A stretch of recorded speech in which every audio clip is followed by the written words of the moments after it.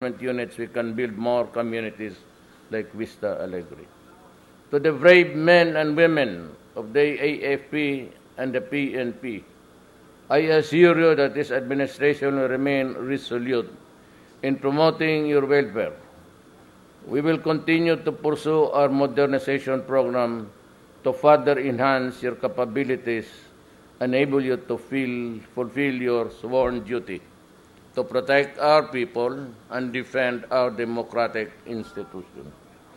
Paputulin ko lang, itong dalawang nagbubulungan, yung katuwang kuan, yung namatayan. Is there any housing project for the families left behind? Saan mo nga nilagay yun? Nasa Harmon Hills, Mayor, sa Quezon City. Gusto ko kasi, I'm not trying to bloat my, but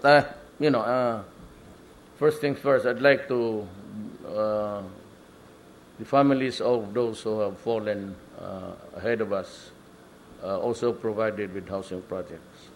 And with that also, I'd like to declare my policy of this government that I will pursue vis-a-vis with the housing and the houses also of those who would like to surrender. Hand-in-hand sa tandem, pero mas maliit lang yung sa rebelde. Kasi rebelde di sana sila nag-kiat dyan. But I will also pursue land reform. You know, Boracay is an island that is fundamentally actually classified as agriculture and forestal. I don't know now, but I had a talk last night with President Arroyo, and she does not remember signing any proclamation segregating or changing category in one or two of those in that island. I'd like you to know that we will just delineate a certain portion there. But the rest of the island will be declared a land reform area. Ibigay ko muna sa mga tao doon yung nauna. Total, ang hinahabol lang naman yung mga negosyante, if at all, I leave it to Congress to decide. I like to have a clear-cut parameter of how much would be given to business back. The only thing I ask is, don't that, people are really trying, everybody has his own opinion of what it should be and what it should not be. Huwag ninyo akong madaliin. Allow Anyo and Simato clean the place. Then after that, we will go away. I hope that they would take care of it the next time for the next generation. Huwag ninyo akong ipitin dyan because a big business will go in. And I think if I thought by that time that medyo logi at napupunta na lang rin sa mga lalaki, maybe you can have a few strips there as back to business. But fundamentally, the rest of the forestal area, I'd like also to ask Congress if they want to do it, they can. But tanggalin ko ng forestal, just keep the trees there blooming. Don't touch it, but you can have some sort of farming. Agricultural lahat yan. And most of the flat areas will be given to the people. Yung anong nandyan, preferably, just to give it to the Filipinos. Multinationals and big companies can go there, but my predilection actually is just to give it first to the farmers. Yung negosyo ninyo dyan, ang frontage lang naman ang kailangan ninyo. You do not need to go inland to build more and give it to the people there, to the natives, para matikman nila a piece of, just like a soldier, that he will have a piece of property under the sun. Yun, and that's the idea there. And for those who are into the back, in the folds back, in the mainstream, I'd like to welcome all of you. But do not demand too much. Lalo na yung kadamay making noises. I mean, I join you in your sentiments to have a roof under a shelter, but do not demand too much. Iniwan ng mga sundalo kasi maliliit, not of their liking, then maybe you can have it. But do not demand as if you have, kayo yung nagsamok-samok dito, tapos kayo pa yung, you just wait. But sa land reform, I will continue and I will ask money from Congress to expand the land reform area. Saka sabi ko yung sa Mindanao, wala naman yung lupa. And you know what, if you go to North Cotabato, you'd see how the industry of the Ilocanos work.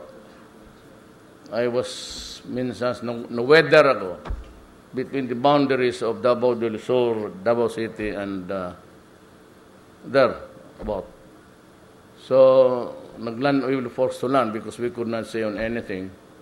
But nung bumaba ako, nakita ko pati bukid. Si Delphine Lorenzana, that was his area during, dito ba si Delphine? Wala. Hawaii, oh.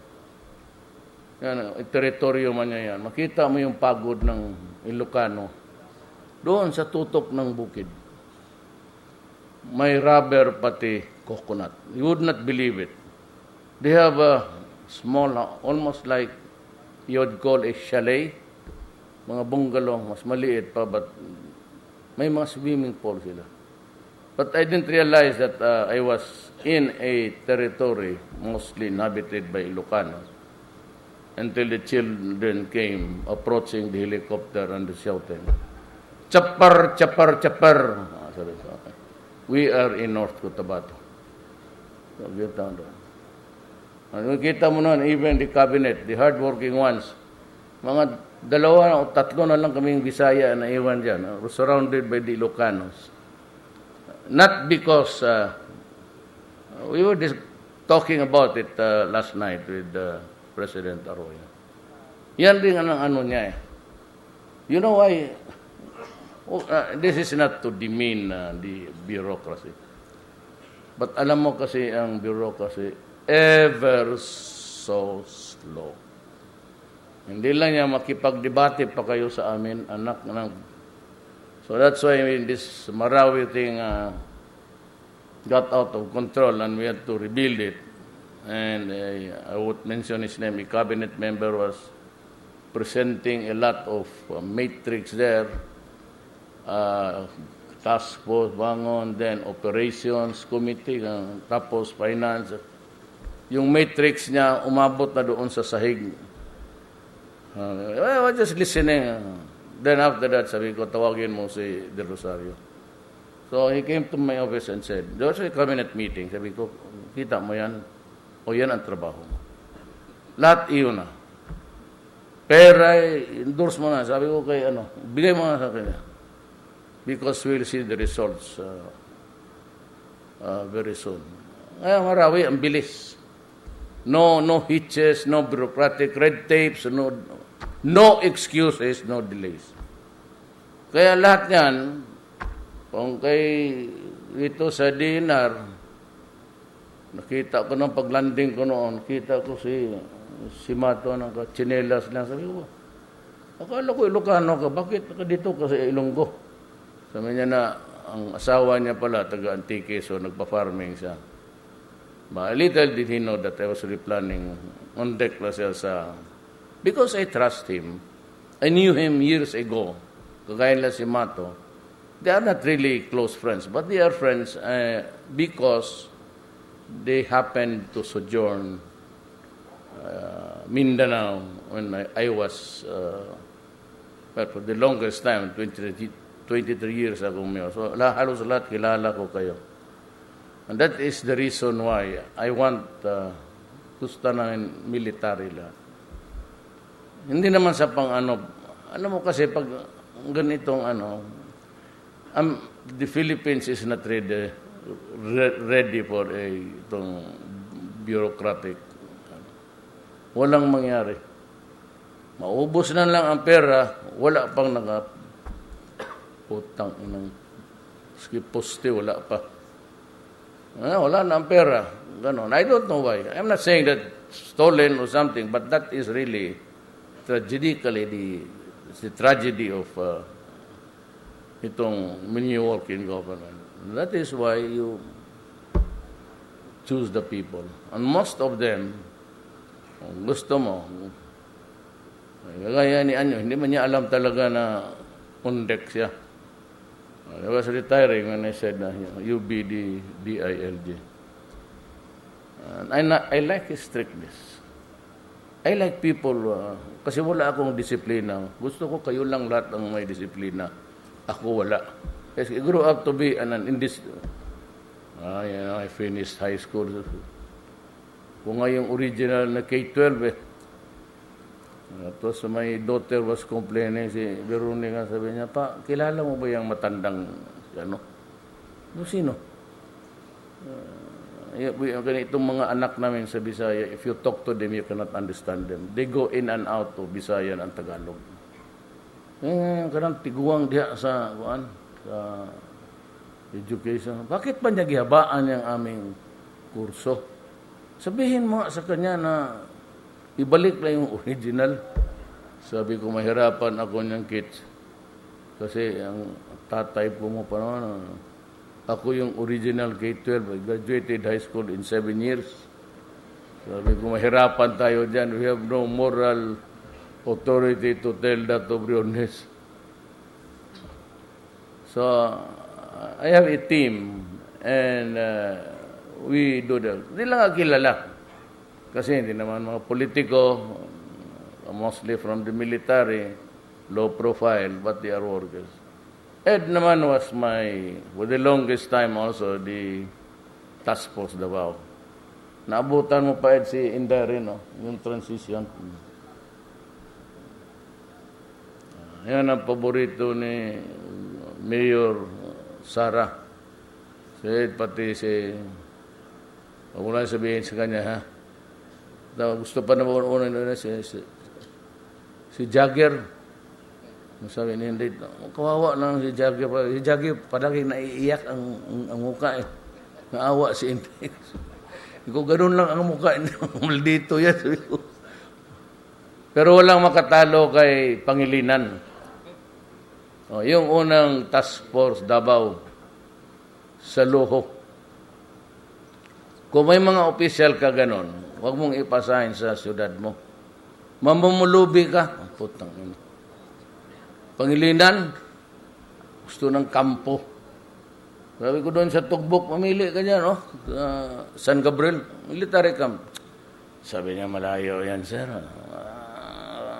Mayor, gusto ko yung so inirentahan ko yung bowling. Tapos sabi niya, mainit masyado, kawawa yung mga bata. I agree. So yung industrial fund, 4, naabutan mo na. Tapos sabi niya, meron yung kwarto ko hindi masyado it's not presentable. Kuji, putang ina, ano ba military, presentable. Basta may maupo ko lang dyan. Hindi, urban area tayo So yung mga conference table, yung naabutan mo na lahat yun, pagka na lang bisyoso ang yawa. Tapos sabi niya, alam mo, kurtina. Kuji, masyado ka naman. Pera-pera lang yan naman meron. Pakurtinahan. Tapos sabi niya, gusto niya yung kwartes medyo sirado. Basta tangina. May racket ka talaga Gusto niya tapos aircon. Tapos, doon abutan mo, may kurtina. Kung sa naman, kung sa baka bayot ka, di kurtina pa niya. Kita ko man sa noon, but he's busy with something else. I've been trying to talk to him, but he's a good friend. So all of these guys that are now in government, kaibigan ko yan sila lahat. And so, that is how it is. I will now proceed to read. Baka magalit yung sino gumawa nitong yako ito. To the brave man, tapos na. In return, I ask of you to do the best as we continue our fight against corruption. Again, I'm through with that. May this launching of this project inspire all of you to continue to advocate supporting government's campaign and advocacies aimed at uplifting the lives of our citizens and creating a safer and more secure nation for all Filipinos. May sabihin lang po ako, this is not a campaign period, but even during the debates, I was the first one to finish ahead because I only resorted to bullets. What can you accomplish in 1 minute and 30 seconds? Pero I'd like to repeat it. I'm not trying to be redundant. Hindi ako napapakorne sa inyo. But I hate. Ang una ko sinabi, I never had the organization.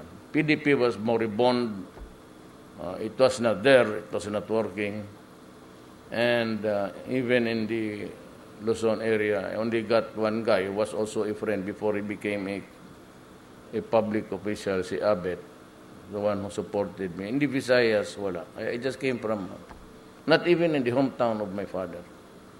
Mindanao, well, of course, it's Subiri and a lady governor, which I cannot mention the name because it's not good.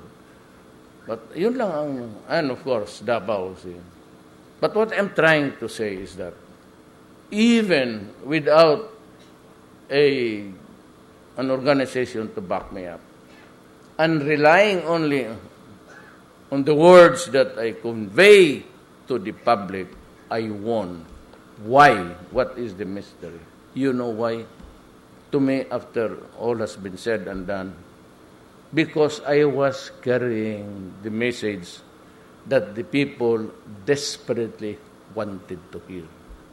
That was corruption, drugs, and the war now.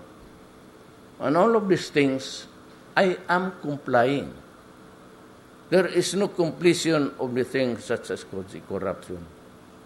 But I have fired and will fire tomorrow some more people. Meron pang isang head of an agency. Ngayon, when you are granted itong Freeport, then you begin to abuse by issuing so many franchises of gambling because it is in the franchise. Correct. It is in the franchise, but everything goes under regulation. It's just the right for you to operate within your territory. But you begin to issue gambling permits outside of your... mahirap yung ganun. I have to limit gambling, I do not like it. Ako ayaw ko talaga. So as much as possible, we limit. And I am not trying to quarrel with anybody. Sabi ko, when you begin to do that and you insist on something which is wrong, and you give lease contracts to foreigners for 75 years, putang ina, anong tingin mo? Hindi ka ba gago? Ilang presidente dadaan niya kung 75 years? You must be crazy. Humabol sa akin sa Cebu. You go. Both of you, you go. Wala akong, I don't want to work with you. At may isa dito, sinabi ko na, mabuti kasi may TV. Do not entertain requests or give favors to any of my family. Huwag sa asawa ko, huwag sa akin, huwag sa mga anak ko, huwag sa mga pinsan ko. Huwag. Now, if you try to say that I ask the help of the first family because you cannot decide on a certain thing which you think would need, why do you have to consult my sister? Di ba sinabi ko sa putang, huwag kayong, if it is a relative of mine, consider it denied. Ngayon, kung ipasabi mo yan na, kinausap ko yung miyembro, There is no such thing as a first family in this country. This is a democratic country. You only have the president. That title of First Lady is a myth. Pwede lang yan sa mga royalty ng gano'n. Why do you have to... Kanina, humabol sa mga... Just before I... dumaan ako ng... You know what? Tubugon. Marami kasing... Kamukha ako ang mga buang, kalalaking ngipin. I was in Alegria. I inaugurated. You know, first time I really wanted to cry in public. This is the first time nakakuha to ng oil. Huwag masyadong, you know, you flag the Filipino, noon, number 2 tayo sa Japan, gano'n. You know, it's a matter of a national identity, and you have the ethos of war. Well, they are different from us. So we do not try to mimic or ape them just because we want to be in parity with their progress or development. At saka, isang bagay na which you have totally overlooked is that unlike Indonesia, Malaysia, and Brunei, they had the precious oil.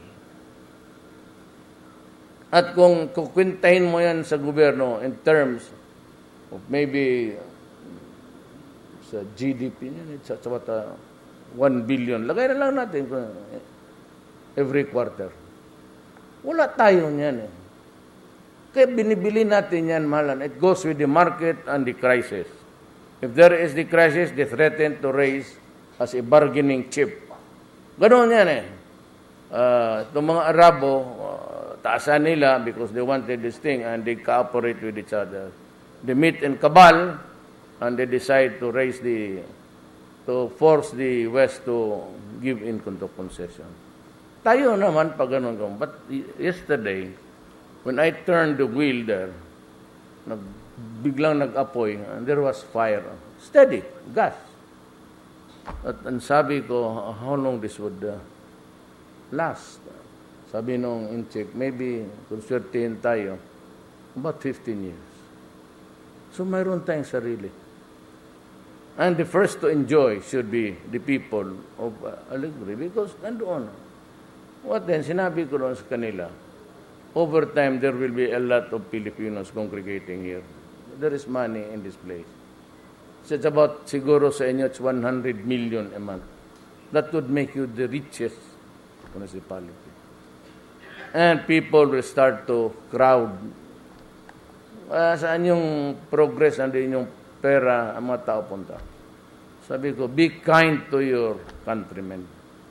Nandyan pa kayo ngayon, pero dadating na, yan dyan ang oil, dusiga na.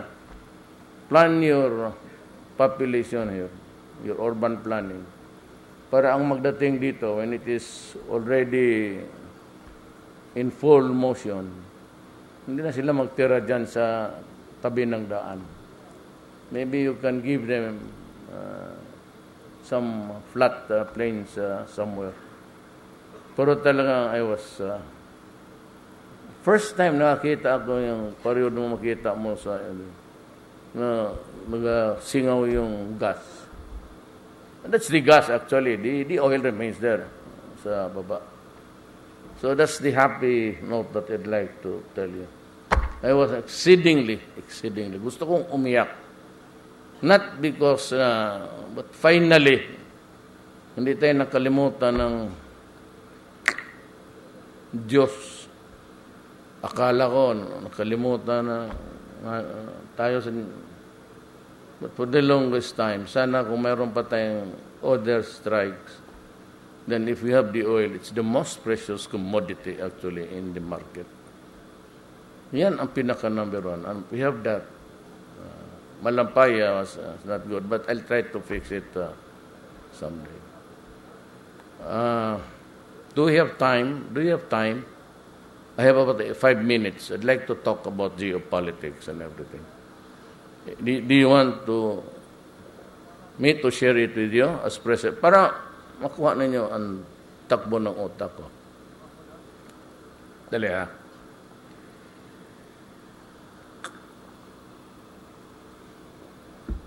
at this time, I am really playing geopolitics. No, I have nothing America.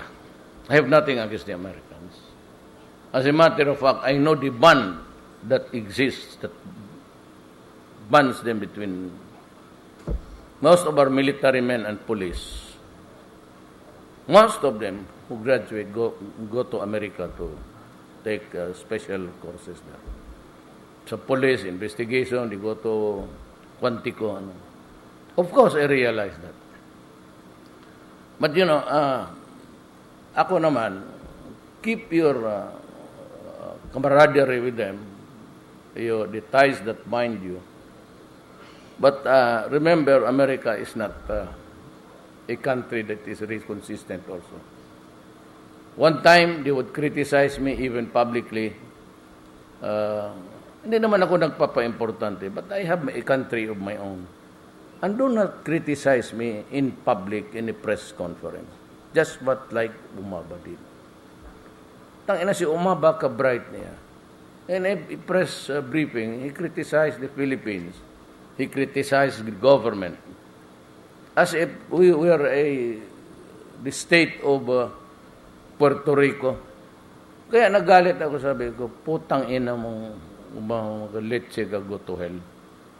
Sumobra ang mga buang eh. Ang problema kasi sa Amerika ganito. They think that they are a separate kind from the rest of the world.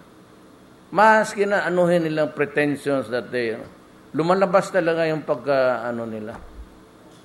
pagka-bigots.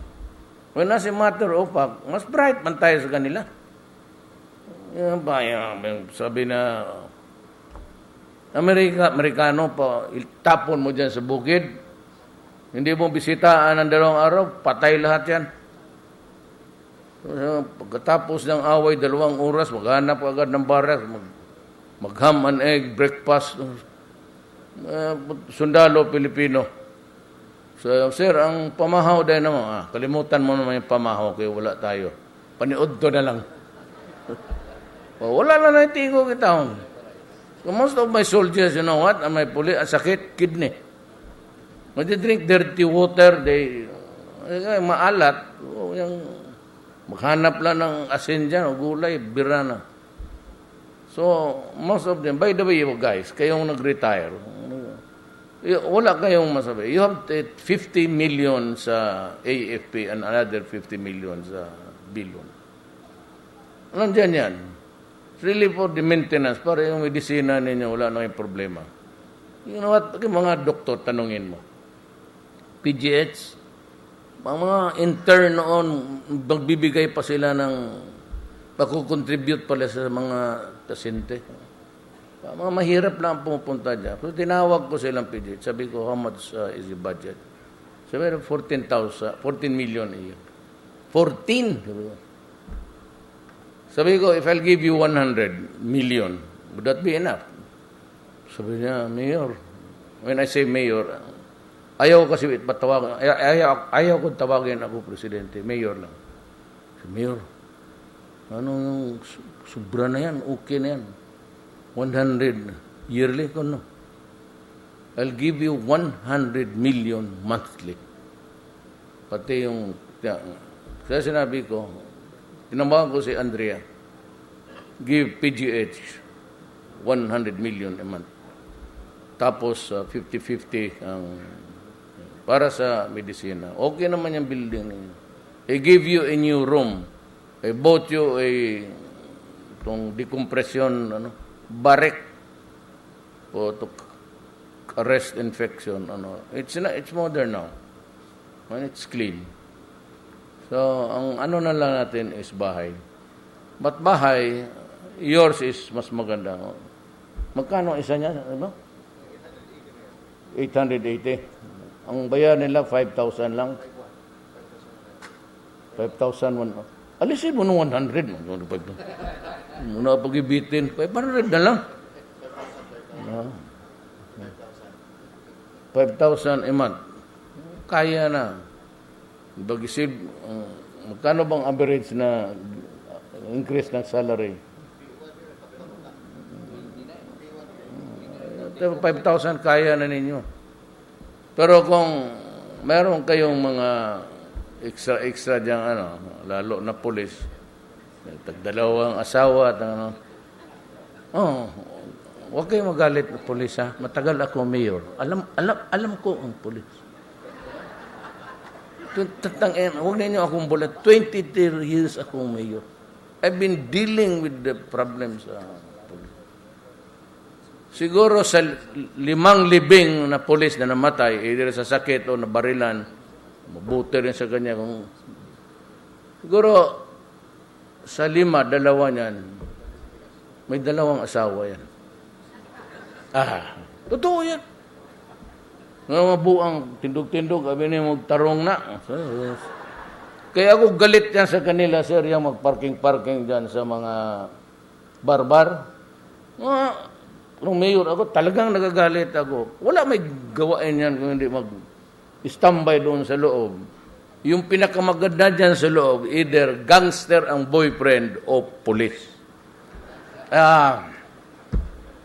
Pag may makita ka na ba yung maganda itsura, lalo na Davao, melting pot. So, lahat ng mga taga-probinsya nandyan. Yung iba naman, malamasang swerte. Hindi nandyan, nag-aaral o anong... Marami talagang congregate. Kaya ng Cebu. Dahil yung mga pulis na yan, 2 talagang asawa. Pag may mamatay, 2 claimants, magsige iyak. Mayor, may nag-claim, pagkasalan po. Tang-ina ng pulisan eh. Mayroong namatay, sige. Rigluhol ta eh. Kaya may mga bata eh. Pulis talaga. Pero okay, wala mga problema. Sabi ko nga, ulitin ko in front of your... I've been repeating this redundantly. Na pag magtrabaho lang kayo, wala kayong problema. In the performance of duty, you're ordered to go out and patrol and you magka-disgrasya dyan. You are protected. I have your back. No worry. Hindi talaga ako papayag na may pulis na o military makulong dahil nagtrabaho. Paabutin mo lang sa akin. I guarantee you. Baskin yung iba magsabi, murder man sir. Sige, file mo kung murder. Good. Trial. Bigyan mo abogado. Anong strategy sir? Walang strategy. I-acquit mo, okay. Pag i-convict mo, okay. Wala yung sakit sa akong igit diya. Sabi, sentensyado. Sige. Sentensyahan mo. Dagdagan mo pa ng 10 taon. Sabi mo, bong. Saan yung pulis? Nandiyan yung abogado pati asawa nag-aya mo. Kuha ka ng pardon dyan. Marami yung pardon dyan, purma. Fill in the blanks. Sino yung pulis? Nandiyan na. Pardon is hereby granted, restoring the accused to full political and civil rights and promoted to the next in rank. Sign. Laro lang man yan. Pero kung mali talaga, may ibang pulis pumasok dyan sa murder for hire. Kaya dyan sa yung amo, it's not, yung lumalabas ngayon sa internet, amo side by side with dope. It really gives you the chills, katakot. Kaya I cannot, wag na lang tayo mga human rights kayong mga abogado. Wala tayong pag-usapan dyan. Hindi talaga ako atras niyan. Kasi kung atras ako, I would have compromised my country and the next generation. It's a very destructive thing. Look at America. Mabuti sila kasi yung base nila, ekonomiya nila. Because they're powerful. No, we are not.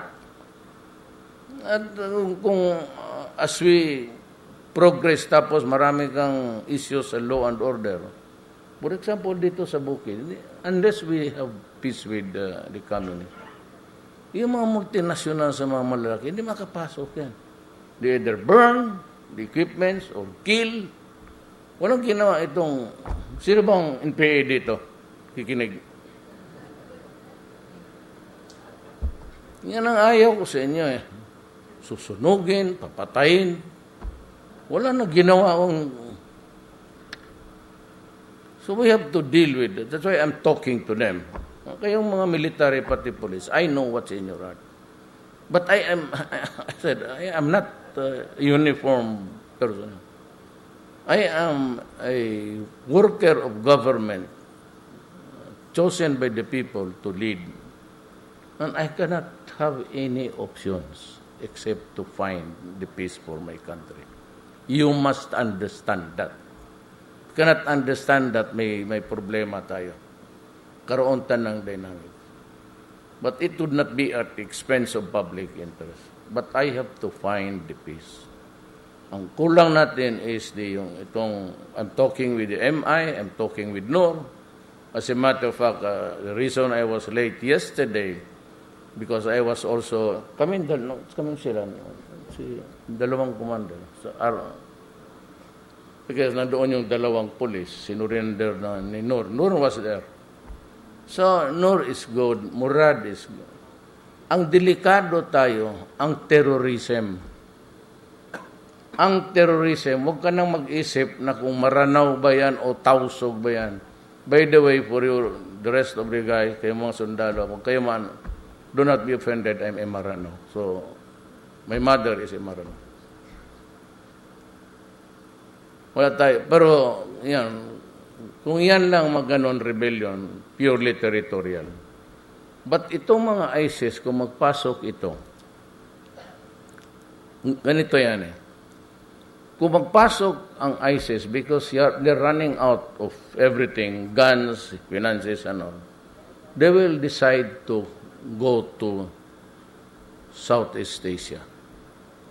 And if you are a leader of the ISIS, how would you choose or what place would be the best for you to thrive? It could not be Malaysia. It's a Muslim country. It could not be Indonesia, Muslim, nor Brunei. So, itong mga gagawang to, and they have corrupted Islam so much na sabihin nila na they will invade, establish caliphate, mga gago na and they only know two things, how to kill and destroy. Now, if they go here in Southeast Asia, saan ang pinakamagandang lugar? Where would be the place to hibernate and to start a base? It's Mindanao. Mas Mindanao, dyan ang makikita nila ang maraming infidels, which are the non-Muslims or fundamentally the Christians. Kaya itong China Sea, wala na rin akong magawa. Do not believe in that shit that it was during my time that this was arbitrary ruling was handed down. Of course, it was not. The fate of that started 2 months before, 3 months before ako pumasok. Because it was already announced that there was the arbitration decision. Dumating lang ngayong papel sa atin officially. It was handed to us. Presidente, but what's a big deal between the males? Kaya ganun ang ano yung kuman ito? China. Justice Carpio keeps on posing, be assertive. Nandyan yan sila lahat. Anyo, Lorenzana, Esperon, and the other guys, during the bilateral of the first meeting, I went to China to buy arms. Kasi wala akong reserva, the inventory might be good in picture, but those rifles are, battle-weary na kung tao pa. Bigla na yung sumusulpot yung how many thousands of rounds there na minsan mulagpot na lang ng bolt and the bolts are already loose. Alam mo, ang bala lumalabas yan ng barrel, may kawaring it has its own life. It's twisting several thousands of minutes every. Kaya ang may trajectory yan. Kaya baski na mahangin, patuloy yan siya. Kaya may sarili siyang trajectory niya. Luag na eh. So that was just kung sakali na because alam ko na puputok na ang Marawi because even my relatives kept on calling me na sige na sila bigay ng armas. But I underestimated the ordinance na nakatago sa kanila. But still, I went to Russia. Both countries said, no problem. We will give it to you. And I'd like to tell you now na hanggang ngayon walang hiningi yung papel pati lapis ang Russia pati China. And I never, baka we were in for, never agreed to any alliance there. And ayaw ko rin magbili ng armas sa isang source lang. For example, a certain country sabi niya, we will supply all your armament. Mahirap yan. Because if you agree to that, your country becomes a colony of that powerful country. So ngayon, nandito ako, I'm faced with the possibility of a barbaric war. Hindi ko naman kaya ito. Ipadala ko yung mga sundalo ko. I will not embark on something, on a war or battle that I cannot win. Hindi ako gago. So nandyan na lang yan, nung pag-umpisa niyan, sabi ko, yung mga Amerikano, pagka-hipokrito eh. When it was being started, the reclamation, there were already published satellite photos and everything in our own newspaper. And the U.S., sabi nga ni President Aquino, and he is correct, for the few times that I was listening to him, not only America could have stopped the reclamation, sige na sila kalot dito eh. But pinarking sana niya yung 7th fleet. Tapos sinabi niya, why are you fucking in this country? In this place? It's not supposed to be yours. You're not supposed to build an artificial structure, island, or whatever. Bakit hindi niya pinuntahan doon? Hindi allowed China to grow, build the garrison there, now put the cannons and the missiles. Ngayon, iipitin ako kasi wala daw akong rapport sa kanila. Wala akong rapport. At the beginning, they were trying to undermine me. They adopted the garbage of the left and of the yellow. Binibiran na ako, undermining my authority. Kita mo, labas daw, step down, resign. Sila yung tapos ngayon sabihin, they want a concrete relation. Yung mga Amerikano kayo nakikinig ngayon, mga buang kayo lahat. Ganun na lang kasi pagkaintindi ninyo. You think that we are all stupid and you are all bright.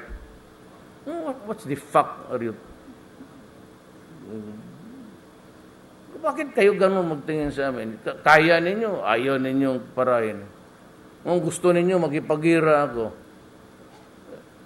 If a shove comes to a push, what am I? Kung mapahiya ako. Larga talaga ito. O dyan pa lang, paulan na tayo ng cruise missiles. Ito, kalukuhan. When we do have the hypersonic thing, they have it in their sa likod ng spot, there's an airbase there. That's where I know because they told me. I've been to China about 4 times already. So kaibigan lang tayo. Pero not that close, making it public because I cannot allow one country to, since we do not have the manufacturing enterprise talent, but we don't allow one country to arm us. Because if you allow it, automatically, in geopolitics, you become a colony. Yun ang gusto kong sabihin sa tagal. So I've said it. I'm happy that there are a lot of houses propping up in the country by 20, ang Shala. Mga pilagyod ka, libong balay. 10,000 every year. 10,000? Police pati.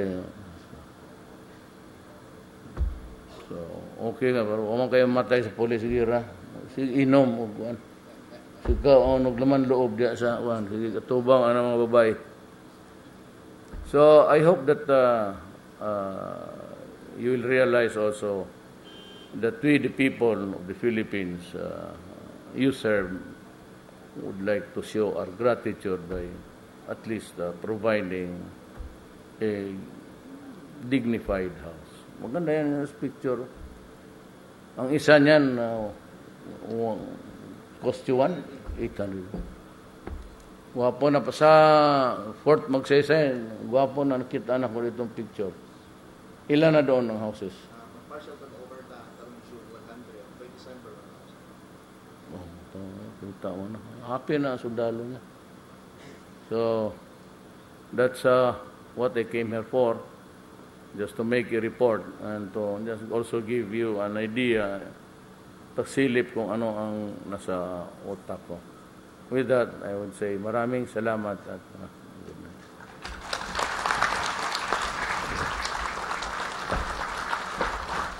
Thank you very much, Mr. President, for your inspiring remarks. Let us now proceed with the photo opportunity with the President, which will be done in 6 batches. First batch will be the Armed Forces of the Philippines with the Killed in Action beneficiaries. Para sa pagbabago, sawa na ang bayan ko sa magnanakaw na trapo.